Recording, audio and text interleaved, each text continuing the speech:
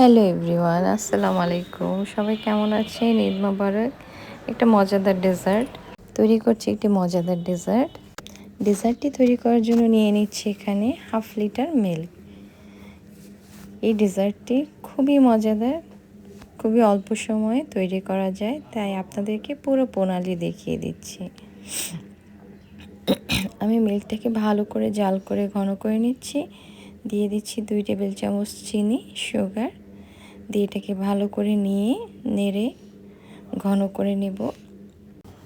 আমাদের 2 cup milk যখন ঘন হয়ে 1 কাপ পরিমাণ হয়ে যাবে, তখন আমরা এটাকে নামিয়ে নেব। সবসময় একটু একটু পরে নাড়তে হবে। আমি নেড়ে দেখাচ্ছি। দেখুন মিল্কটা ঘন হয়ে যাচ্ছে ধীরে ধীরে।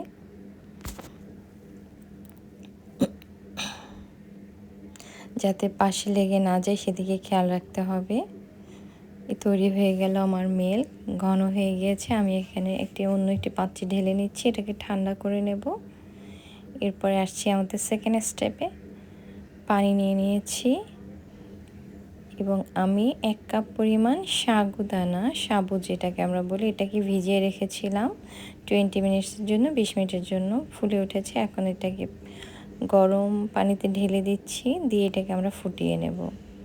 এটা নাড়তে থাকবো, না নাড়িয়ে দিলে নিচে লেগে যেতে পারে। সো এদিকে আমাদের খেয়াল রাখতে হবে, বারবার নেড়ে দিতে হবে, দেখতে হবে সাগুটা যেন দলা পেকে না যায়।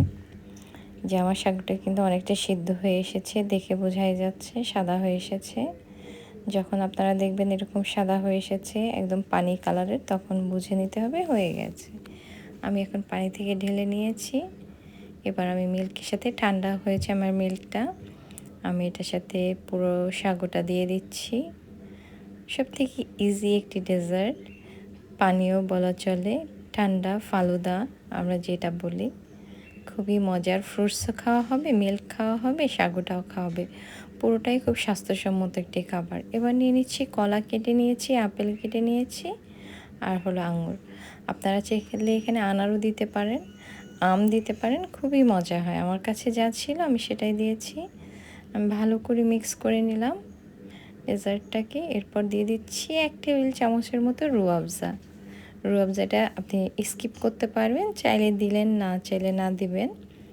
আমি এখানে দিয়েছি, আমার ভালো লাগে কালারটা একটু যখন পিঙ্ক কালার হয়ে আসে। আমি এখন এটাকে গ্লাসে, এখন সার্ভ করার জন্য আমি গ্লাসে ঢেলে নিচ্ছি। যারা এখনও লাইক করেনি প্লিজ একটা লাইক দিয়ে দিবেন, এবং আমার চ্যানেলটাকে যারা নতুন আছেন সাবস্ক্রাইব করে পাশে থাকবে। যারা আমার পুরাতন বন্ধু আছেন সবাইকে অসংখ্য ধন্যবাদ।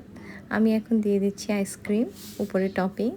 খুবই মজার হয়, আপনি চাইলে দিতে পারেন, নাও দিতে পারেন, বাট বেশ সুস্বাদু হয়। খেয়ে দেখবেন বানিয়ে, ফ্যামিলি ফ্রেন্ডসদের সাথে শেয়ার করবেন, এবং নোটিফিকেশান বাটন অন করে রাখবেন নতুন নতুন রেসিপি আসার সাথে সাথে, যাতে করে আপনারা দেখতে পারেন। রুমুর রেসিপি মানি সহজ সহজ রেসিপি। সবাইকে অসংখ্য ধন্যবাদ। আসসালামু আলাইকুম।